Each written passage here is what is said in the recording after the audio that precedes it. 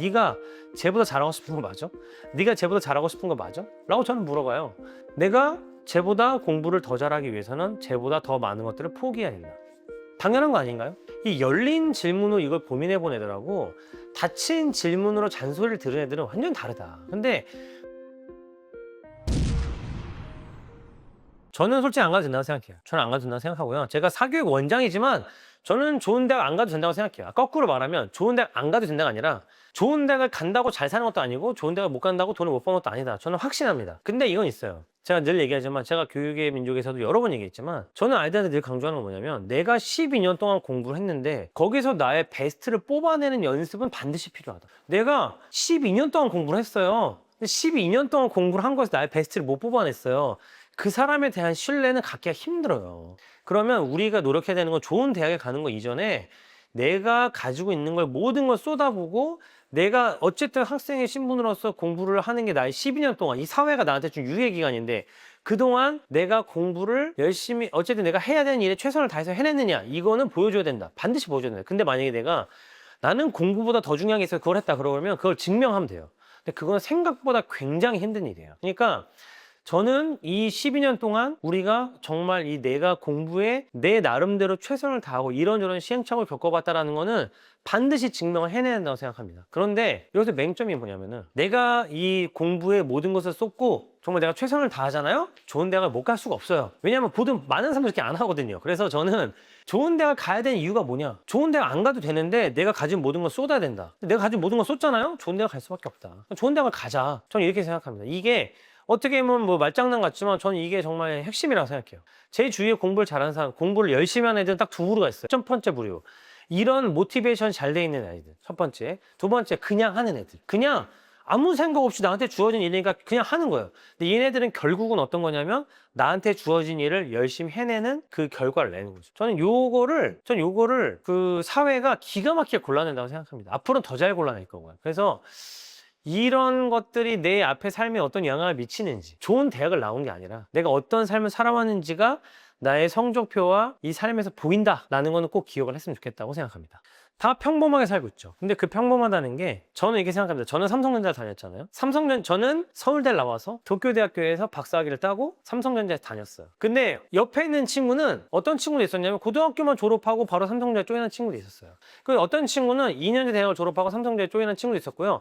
어떤 친구는 저기 지방에 있는 대학을 졸업해서 삼성전자에 조인한 친구도 있었어요. 월급이 다를까요? 전 똑같죠. 전 똑같다고 생각해요. 근데 그 안에서 어떤 퍼포먼스를 내는지는 다르다고 생각해요. 내가 뭐 암기식으로 해서 갔든 뭐 어쨌든 간에 서울대 갔다.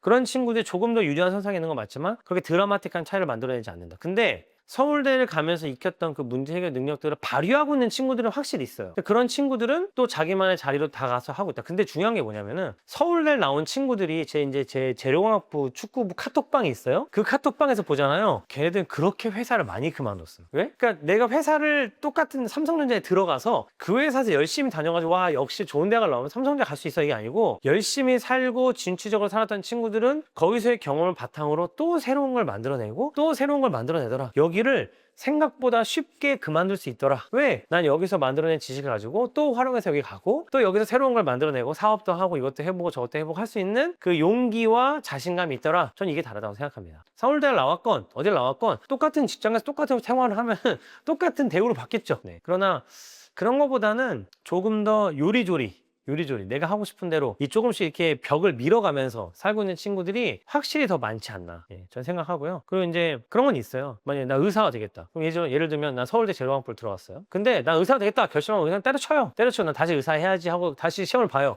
이런 것조차도 굉장히 수월하더라. 왜? 난 할 수 있으니까. 저는 이런 차이는 생기지 않나 생각합니다. 그러니까 이렇게 얘기하면 사람들이 이렇게 얘기해요. 왜 그 직장을 다니다가 전혀 상관없는 수학학원 하고 있느냐. 근데 그거는 오해이신 게 저는 제가 지금 나름 되게 학원이 많은 분들이 찾아주시고 대기도 있고 EBS도 나가고 중앙일보도 나가고 동아일보에도 기사가 실리고 하는 것들이 결국은 제가 살아온 삶들이 제가 쌓아온 삶이 거기에 반영되는 거라고 생각해요. 저는 제가 초등학교 때 중학교 때 고등학교 때 수학을 잘했어요. 하지만 거기에 쌓여서 저는 제가 중학교 3학년 때부터 과외 선생님을 했던 그 경험이 쌓여서 남들과는 다른 선생님이 됐다고 생각하고 또 그 경험들이 쌓여서 저는 삼성전자에서 훨씬 더 문제 해결을 잘하는 사람이 사람이 됐다고 생각해요. 근데 그 경험이 쌓여서 삼성전자에서 제가 문제를 정말 골똘히 고민하고 몇 날, 며칠, 몇 달 동안 고민하고 그거를 양산해서 해결해보고 사람들이 다 낑낑 앉는 문제를 제가 수학적 지식을 활용해서 해결했던 경험이 다시 또 애들 가르치는데 엄청난 퍼포먼스를 내고 있다고 생각하거든요. 다른 사람들이 야, 이 문제 이렇게 푸는 거가 아니라 니네 이런 걸 활용하잖아? 나중에 회사 가가지고 이렇게 100명, 200명이 끙끙대는 문제 니네가 해결할 수 있어. 왜? 난 이렇게 생각했거든. 너네도 이렇게 생각하란 말이야. 이런 말 한마디가 아이들이 구분을 못할까요? 저는 제가 별로 이렇게 막 대단히 수학을 잘하는 사람이거나 대단히 뭐 막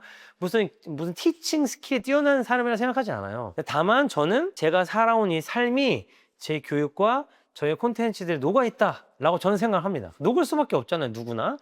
근데 저는 이게 상관없다고 생각하는 것 자체가 우습다. 말이 안 된다. 어떻게 상관이 없을 수가 있냐. 왜? 수학은 문제 해결 능력을 가르치는 과목인데 내가 여태까지 어떤 문제를 어떻게 해결해 왔는지가 왜 지금 내가 아이들 가르치는데 도움이 안 되겠느냐.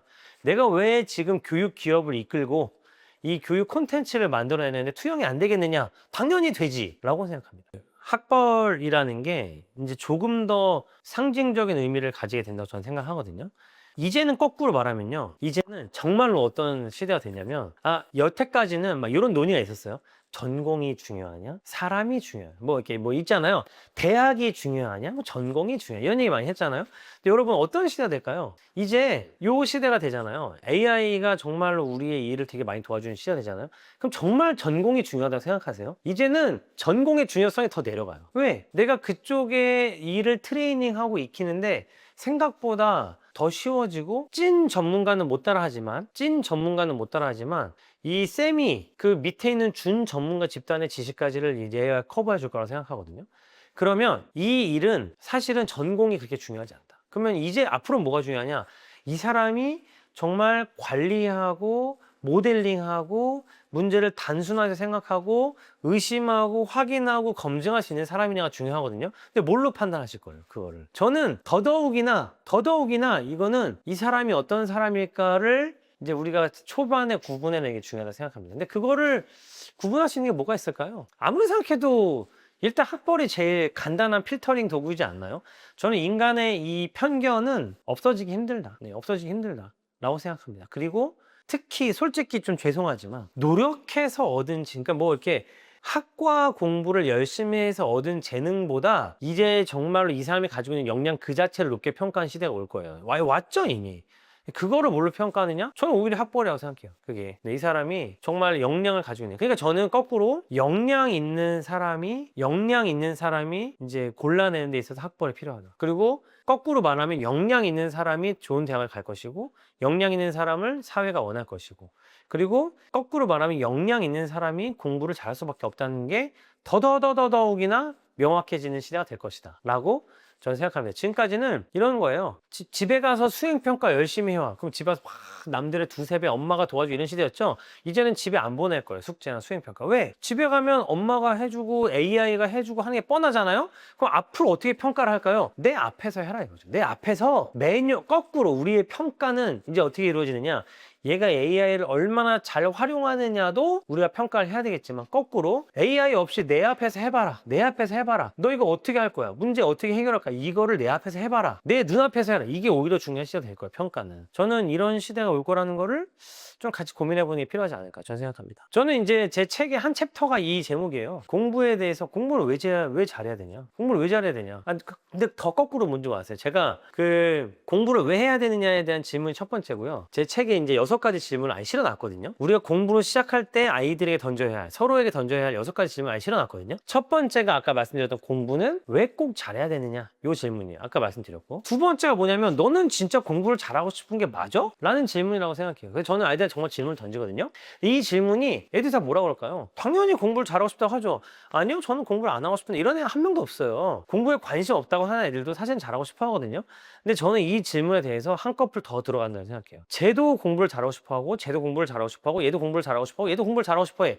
공부를 잘하고 싶지 않다고 말하는 애는 한 명도 없어. 그런 와중에 네가 공부를 잘하고 싶다고 하는 건 어떤 의미를 가지냐는 거죠. 네가 쟤보다 잘하고 싶은 거 맞아? 네가 쟤보다 잘하고 싶은 거 맞아? 라고 저는 물어봐요. 그럼 네가 쟤보다 공부를 공부를 잘하고 싶다고 하면 애들이 가끔 네 그래요. 내가 뭘 보면 네가 쟤보다 공부를 열심히 하고 잘하고 싶다는 걸 내가 알 수 있는데 제가 더 잘하고 싶을 수 있는데 너는 왜 그렇게 생각하냐 물어보면 아이들이 곰곰이 생각합니다. 이 질문에 대한 답을 가지고 있는 애가 몇 명이나 될까 싶어요. 근데 굉장히 단순하거든요. 뭘 보면 알 수 있을까요? 내가 쟤보다 공부를 더 잘하기 위해서는 쟤보다 더 많은 것들을 포기해야 된다. 당연한 거 아닌가요? 네. 내가 쟤보다 역량이 딸린다면 더 많이 포기해야 된다. 이거죠. 그러니까 거기서 우리 아이들이 이 공부를 위해서 뭘 포기하고 있느냐, 우선순위를 얼마나 세우고 있느냐라고 저는 생각합니다. 근데 여기서 또 이렇게 말씀드리면은 뭐 공부가 세상의 전부냐, 왜 공부 때문에 모든 걸 포기해야 되냐 이렇게 생각하실 수 있잖아요.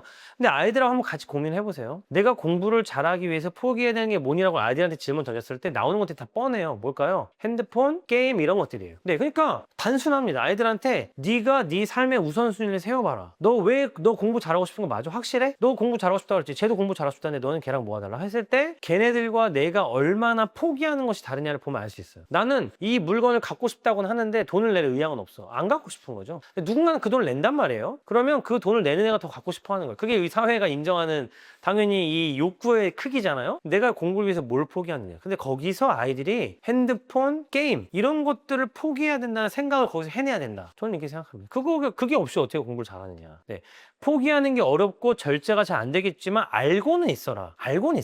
적어도 이걸 포기하는 만큼 공부를 잘할 수밖에 없다는 거를 알고는 있어라 이거죠. 네. 저는 그렇게 항상 질문을 던지고 있습니다. 공부를 잘하는 아이들이 오히려 대답을 하기 힘들어한다고요. 공부를 열심히 하는 아이들이 이 대답의 질문이 어려워요. 근데 오히려 별 생각 없는 애들이 네 하고 말거든요. 오히려 이 질문의 무게를 알게 해주는 게 더 중요하다고요. 너 핸드폰 하는 게 얼마나 나쁜지 알아? 이게 아니고 너 진짜 고민해봐보자. 엄마 아빠가 이런 열린 질문, 똑같은 질문도 열린 질문을 할 수 있고 닫힌 질문을 할 수 있거든요. 너 정말 공부를 잘하고 싶어? 넌 정말 어떻게 생각해? 라고 물어보는 거하고 너 공부 잘하고 싶은 거 맞아? 확실해? 야, 너 이렇게 공부 안 하는데 이거는 똑같은 질문이지만 완전히 열린 질문과 닫힌 질문 다른 질문이잖아요. 이 열린 질문으로 이걸 고민해본 애들하고 닫힌 질문으로 잔소리를 들은 애들은 완전 다르다. 근데 닫힌 질문으로 대답을 들어온 애들은 대답을 되게 쉽게 뱉어내요. 네, 포기할게요. 알겠습니다. 열심히 할게요. 네, 앞으로 최선을 다할게요. 말 잘 들을게요. 이렇게 네, 앞으로 집중하겠습니다. 이렇게 하거든요. 왜? 닫혀있으니까 어차피 그 질문밖에 못하니까. 근데 열린 질문으로 이 대답을